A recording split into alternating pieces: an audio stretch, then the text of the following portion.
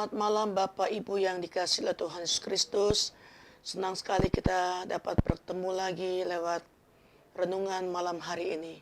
Dan sebelum kita memulainya, mari sama-sama kita tundukkan kepala, kita berdoa, minta pimpinan Roh Kudus menerangi setiap firman yang akan kita baca. Mari kita berdoa. Bapa yang baik, Bapa yang kami panggil dalam nama Tuhan Yesus Kristus, kami bersyukur lagi malam hari ini Tuhan, karena firman-Mu tidak pernah berhenti, yang selalu menguatkan kami, yang selalu memberikan kami kesanggupan. Dengan kebenaran-Mu Tuhan, kami dimampukan mengatasi segala perkara. Terima kasih Tuhan, oleh sebab itu malam hari ini siaplah kami untuk membaca lagi setiap kebenaran firman-Mu. Urapi kami semua Tuhan. Dalam nama Tuhan Yesus kami berdoa dan mengucap syukur. Haleluya. Amin. Malam hari ini saya akan mengangkat satu tema, yaitu tentang Tuhan sanggup. Ya, kalau kita bilang Tuhan sanggup, pasti semua orang akan berkata, ya pastilah Tuhan sanggup kalau Dia yang menguasai segala sesuatunya. Namun di sini kita diajar dan diberikan pengertian lain, bahwa dalam keadaan-keadaan seringkali yang sangat-sangat mendesak, yang genting, disitulah kita bisa merasakan bagaimana pertolongan Tuhan. Pembacaan firman Tuhan pada malam hari ini diambil dari Yohanes pasal kelima, ayat yang pertama sampai ayat yang ke-9. Yohanes pasal 5, ayat yang pertama sampai ayat yang ke-9. Kalau sudah, sama-sama kita akan membaca. Demikian bunyi firman Tuhan. Sesudah itu ada hari raya orang Yahudi, dan Yesus berangkat ke Yerusalem. Di Yerusalem dekat pintu gerbang domba ada sebuah kolam, yang dalam bahasa Ibrani disebut Betesda. Ada 5 serambinya. Dan di serambi-serambi itu berbaring sejumlah besar orang sakit, orang-orang buta, orang-orang timpang, dan orang-orang lumpuh yang menantikan goncangan air kolam itu. Sebab sewaktu-waktu turun malaikat Tuhan ke kolam itu dan menggoncangkan air itu, barang siapa yang terdahulu masuk ke dalamnya sesudah goncangan air itu menjadi sembuh, apapun juga penyakitnya. Ayat kelima, di situ ada seorang yang sudah 38 tahun lamanya sakit. Ketika Yesus melihat orang itu berbaring di situ, dan karena ia tahu bahwa ia telah lama dalam keadaan itu, berkatalah ia kepadanya, "Maukah engkau sembuh?"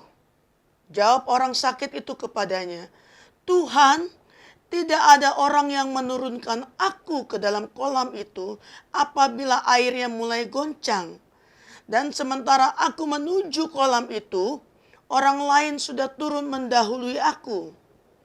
Kata Yesus kepadanya, "Bangunlah, angkatlah tilammu dan berjalanlah." Dan pada saat itu juga sembuhlah orang itu, lalu ia mengangkat tilamnya dan berjalan. Ayat yang akan saya angkat pada malam hari ini di ayat ke-9. Dan pada saat itu juga sembuhlah orang itu, lalu ia mengangkat tilamnya dan berjalan. Untuk sampai kepada ayat ini, ada proses yang Tuhan kerjakan. Ada proses yang harus dilalui. Dikatakan pada ayat pertama, di situ ada dekat Yerusalem ada pintu gerbang domba dan ada sebuah kolam Betesda. Di situ ada serambi-serambinya. Dan yang lebih lagi dalam perhatian kita, pasti di situ dikatakan, dan di serambi-serambi itu berbaring sejumlah orang sakit. Bicara orang sakit hari-hari ini, ya kita tahu di tengah-tengah pandemi yang ada, semua orang sangat-sangat berusaha supaya dia dalam keadaan fit, dalam keadaan sehat, dalam keadaan yang baik. Dan kalau bicara sakit, pasti orang akan merasa, aduh jangan deh, jangan sampai kena. Dan kita lihat di sini, dikatakan banyak orang-orang sakit. Baik itu orang timpang, orang lumpuh, orang buta. Kita lihat di sini bagaimana keadaan yang tidak mengenakan itu terjadi di tengah-tengah situasi ini. Banyak orang berharap untuk mendapatkan kesembuhan. Banyak orang yang sakit ini berharap dia yang pertama kali yang masuk kolam itu untuk disembuhkan. Namun ada begitu banyak kendala yang dihadapi mereka. Yang buta tidak bisa jalan sendiri. Yang timpang juga akan sulit, apalagi yang lumpuh. Semua punya kesulitan-kesulitan yang sama dengan penyakit yang diderita. Dan kita lihat di sini bagaimana Yesus mengajarkan sesuatu hal yang luar biasa. Sekalipun kalau kita baca di firman Tuhan ini tentang perikopnya adalah penyembuhan pada hari Sabat di kolam Bethesda. Tapi kita nggak bicara soal hari Sabat. Yang saya ingin tekankan adalah di sini bagaimana kuasa Tuhan bekerja di dalam keadaan yang sangat-sangat tidak mungkin bagi orang yang sakit ini. Nah, kita lihat di sini, orang lumpuh itu saya percaya bukan baru sehari 2 hari dia sakit dan tidak berjalan. Tapi dikatakan di sini 38 tahun. Satu waktu yang panjang, satu waktu yang tidak bisa membuat orang itu bisa bersuka cita, bisa berbahagia, bisa hidup dalam keadaan yang aman. Tapi dalam penderitaannya selama 38 tahun, dia harus lewati. Dan ada besar pengharapannya, ingin sembuh, supaya dia bisa menikmati kebebasan. Kadang kita mengalami masalah-masalah dalam kehidupan kita. Berapa lama lagi ya Tuhan? Berapa lama lagi ya Tuhan? Sampai kapan Tuhan? Ini kayaknya udah gak bisa berbuat apa-apa lagi. Sudah mati akal. Sudah putus asa. Sudah dalam keadaan-keadaan yang sepertinya manusianya kepengennya menyudahi. Tapi di sini kita melihat orang lumpuh ini punya kekuatan yang luar biasa. Kekuatan bukan fisik, tapi kekuatan yang dari dalam. Dia rindu untuk disembuhkan. Dan saya percaya kalau kita lihat di sini, setelah ayat 5 di situ dikatakan selama 38 tahun dia sakit. Ketika Yesus melihat orang itu berbaring dan karena ia tahu. Saudaraku, ini bukan sesuatu yang apa ya? Yang saya katakan kebetulan, bukan. Saya percaya orang yang sakit itu punya kerinduan yang besar. Punya kerinduan yang dalam. Sehingga dari dalam hatinya itu bisa kontak langsung dengan pribadinya Yesus. Ada begitu banyak yang sakit. Tapi Yesus memperhatikan orang itu. Dikatakan ia tahu bahwa ia telah lama dalam keadaan itu. Jadi saudaraku, jangan pernah kita berkata Tuhan gak mau dengar doa saya. Sekian lama saya berdoa bergumul dalam penderitaan, dalam pergumulan. Sepertinya Tuhan tidak lihat dan tidak memperhatikan. Tapi di sini kita lihat bagaimana kerinduan dari dalam itu yang bisa punya connect dengan Yesus sendiri. Kuasa Tuhan hari-hari ini menjadi harapan bagi banyak orang. Di tengah-tengah kesulitan hidup. Di tengah-tengah masalah-masalah. Belum pandemi selesai sudah banyak terjadi hal-hal yang terjadi di alam kita. Baik gempa bumi maupun segala sesuatunya kita lihat. Tapi bagaimana kita bisa melihat di sini bahwa orang itu punya iman. Orang itu punya pengharapan yang kuat. Saya mau bertanya kepada saudara, apakah kita bisa seperti itu? Berdoa panjang lebar, berdoa berlama-lama, berhari-hari dengan segala macam. Tapi sepertinya kita tidak bisa connect dengan Tuhan. Ada apa itu? Tuhan lihat kerinduan kita. Tuhan lihat apa yang ada di hati kita. Dan dikatakan di sini dalam ayat yang ke-7, ayat yang ke-6 saya teruskan. Berkatalah ia kepadanya, maukah engkau sembuh? Wih, luar biasa. Satu penawaran yang Tuhan berikan. Satu penawaran yang Yesus katakan kepada orang lumpuh ini. Di sekian banyak orang-orang yang menderita sakit saat itu. maukah engkau sembuh? Saudaraku, kalau dipikir, mungkin dalam pemikiran orang lumpuh ini, dia akan berkata, sudahlah, saya akan seumur hidup seperti ini.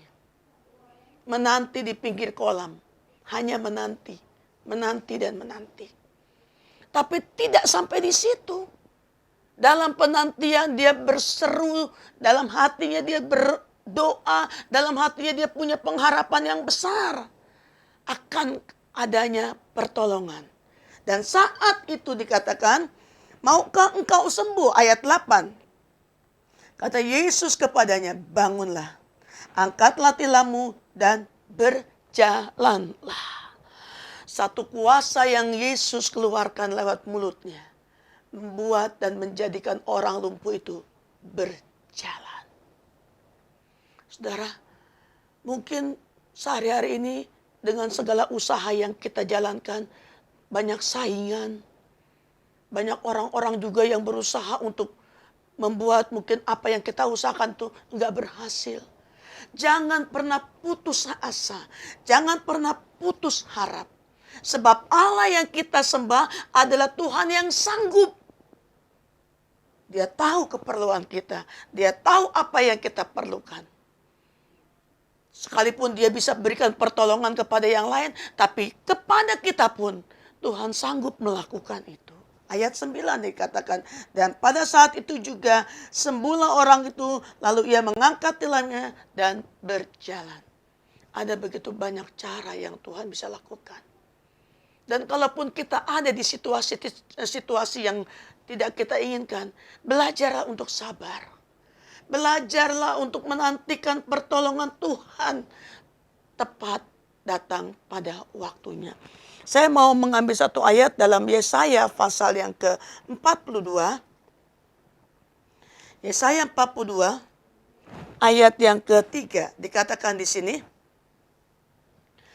buluh yang patah terkulai tidak akan diputuskannya, dan sumbu yang pudar nyalanya tidak akan dipadamkannya. Tetapi dengan setia ia akan menyatakan hukum. Jadi intinya saudaraku, tidak sampai kita tidak dapat berbuat apa-apa. Dia tidak akan biarkan kita tidak mampu melakukan apa-apa. Tapi dia sanggup melakukannya bagi saudara dan saya. Asal kita punya pengharapan. Asal kita punya keyakinan. Asal kita punya iman. Dan di balik semuanya itu kesabaran. Menantikan pertolongan Tuhan. Seperti orang lumpuh ini. 38 tahun dalam penantian. Tapi dia dibebaskan. Bukan harus masuk ke kolam itu. Tapi dengan perkataan Yesus yang penuh dengan kuasa, dia dapat sembuh. Itu pun dengan kita. Mungkin dengan cara apapun tidak akan ada jalan. Tapi pada waktunya Tuhan dapat menyatakan kuasanya untuk menolong saudara dan saya. Untuk seketika dengan segala kedaulatannya mengubah segala sesuatu yang kita harapkan menjadi nyata. Pujian nama Tuhan. Jemaat Tuhan tetap semangat. Jemaat Tuhan tetap berharap kepada Tuhan. Jemaat Tuhan tetap bersuka cita. Karena sukacita dapat membuat kita mampu melewati hari-hari kita. Ingat, Tuhan sanggup. Puji nama Tuhan. Inilah firman Tuhan yang saya bisa bagi pada malam hari ini. Menguatkan kita semua, teristimewa juga kepada saya. Saya percaya Tuhan juga melawat kehidupan kita semua. Puji nama Tuhan. Mari kita tundukkan kepala kita berdoa. Bapa yang baik, terima kasih untuk firman yang kami terima lagi malam hari ini. Ada begitu banyak Tuhan firman-firman yang kami dengar. Dan kami yakin firman-Mu selalu baru bagi kami. Di saat-saat kami menghadapi apapun juga, kami percaya, kami diingatkan dengan firman-Mu yang membuat kami mampu, membuat kami kuat, dan membuat kami berhasil. Bahkan apa yang tidak mungkin bagi kami, Tuhan sanggup buat itu terjadi atas hidup kami. Terima kasih, kami punya Allah yang besar, kami punya Allah yang luar biasa, kami punya Allah yang sangat ajaib. pada waktu yang sesuai dengan waktu-Mu Tuhan, semua akan indah. Terima kasih Bapa, terima kasih. Tolong umat-umat-Mu, beri kekuatan, kesanggupan, penghiburan, kesehatan, sukacita, damai, sejahtera, agar tetap ada dalam pengharapan imannya kepada Engkau. Terima kasih Bapa, ini doa kami. Kami alaskan dalam nama Tuhan Yesus. Haleluya. Amin.